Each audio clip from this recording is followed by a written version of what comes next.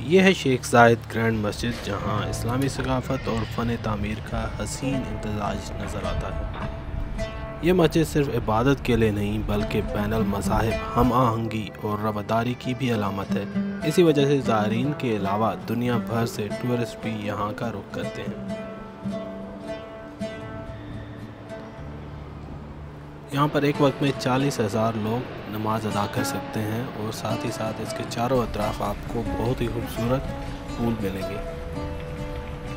इस मस्जिद में कुल 1096 कॉलम और 82 गुंबद हैं जो कि मार्बल की टाइल्स से बने हैं।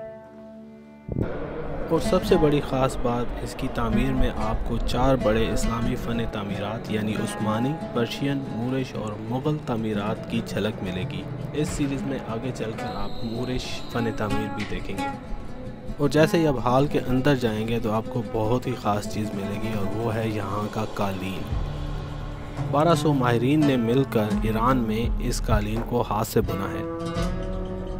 कालीन के अलावा यहाँ के फ़ानूस भी बहुत ख़ास हैं, जिन्हें जर्मनी में स्वरास्की क्रिस्टल्स के साथ बनाया गया और इसके ब्रास के ऊपर सोने का पानी चढ़ा हुआ है।